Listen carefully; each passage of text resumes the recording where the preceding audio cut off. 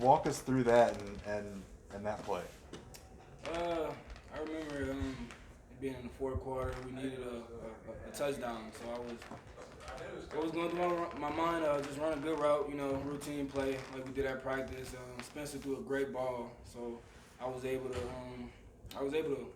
make a play on it, but I was kind of like out of bounds, so I was just worried about if I was in or not. So I was trying to just get one in, and I ended up getting two in. So just practice making perfect, and just being in those plays at practice and translating in the game. And it was dope to actually get one of those in the game, and I was happy for sure. You slapped the ground, I think, where you drug your Mm-hmm. foot. Was that in the moment? Was that a thing to show the refs? Like, hey, this is where... No, I honestly just tried to show the ref because, Iowa State field, they have the grass. Mm-hmm. So I was able to see my toe prints on the field. So honestly seeing it, so I went to slap it, and I told him, and he seen it, it was like a touchdown. So it was a great moment, and I was happy it went that way. I just hope we would have got the win, but I was for sure happy to get that touchdown at the time, How do you build that awareness, kind of that footwork, just to make sure you're staying in bounds with those plays? I played a lot of basketball growing up, me moving my body, just different angles and, twirling my body. So I was always able to, be flexible and fall ugly and able to secure the catch. But I was just happy. I tried to, like I said, I tried to get one foot in and I dragged both of them. So I surprised myself, but I was, happy it paid off that way, and good to know practice is paying off. What basketball position did you play? I played everything. I played guard mostly though. I played on the Nike circuit, Adidas circuit, so I played pretty high level basketball. So that for sure translates to football. When Brennan has a game like he had the other day, does that make things easier for you? Yeah, most definitely. Especially when the safety is kind of keying him a little bit. I kind of can get that one-on-one matchup with the corner, so it definitely plays a factor in if they double team me or not, or if they can just look at him. So if they're looking at him, then it open up plays for me and vice versa. So it's always good to have that 1-2 punch in that offense for sure. Sorry, go ahead. You said you surprised yourself by able to get both feet in. Yeah, I thought I only had one in, but I guess when I caught it, I actually had the right foot down already, so it kind of like led me to transition well. So Did BP surprise you jumping over that DB? yeah, and my angle, I think I had the best angle of seeing it, honestly, because I was running like a little cross route. And like he threw the ball up, and I'm like, where's that ball going? And I look up, there's two people on him, and I'm like, oh shit. I mean, I'm just kidding. I'm like, oh crap. And he just comes out of nowhere like like BP does often in practice. He just jumps out of nowhere over him and makes a great play. And man, I got the chills for him. Honestly, it was a great play. Like it was amazing. So. Had you seen him get that much elevation, like in practice or Yeah, anything all the before? time. We hoop a lot too, so we always hoop in the summer. We did it a couple times, so I know he had that bounce in him, but I didn't know it was that bouncy until that happened. But yeah, he proved something to me for sure.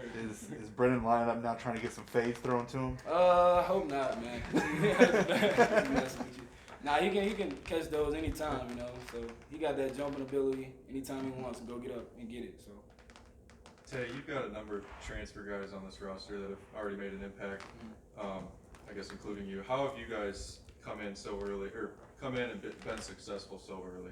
I guess what's caused that? Just knowing what time it is in our career, honestly, just knowing we have to lock in and do the work off the field as far as and on the field. So just mentally getting all the, just being mentally detailed on the routes, what are your game plan this week? Just focusing and locking in, honestly, just taking the next step of being a pro. It's kind of how we approach the game, and it's paying off. So, do you feel that you guys are kind of sort of paving the way for other transfers that are going to probably eventually be coming in with the transfer portal being so?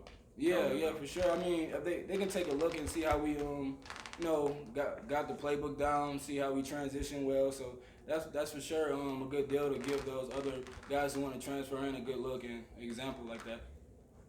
Christian talked about the second time being kind of, you're in a new place, you don't know where to go get in trouble, things like that. As much does that factor in for you as well?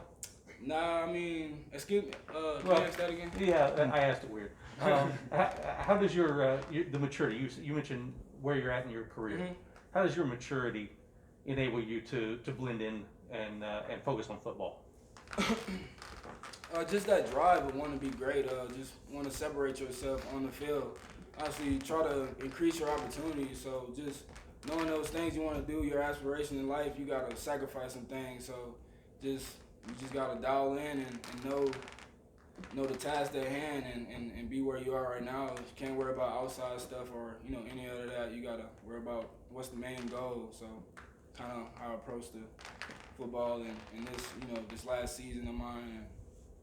Is that different than what you were as a freshman? Yeah, for sure. I mean, as a freshman, you come in and you see all this and the stadiums, and it kind of excites you, but you don't realize how locked in you have to be when a sophomore or a junior. So you kind of have to get molded and see the older guys like approaching the game different. So you learn that as you go along the way. But I mean, some freshmen are different, but me personally, I mean, I didn't, come in with that mentality of I want to, be serious about this and lock in on my playbook. I was probably like any other freshman, just trying to fit in and get some new friends at the time, and You got a lot of freshman receivers around you. Do you try to pass that on? Yeah, most definitely. So in my opinion, this freshman class is kind of different. I mean, you got ones that are willing to lock in and do what they have to do to get on the field.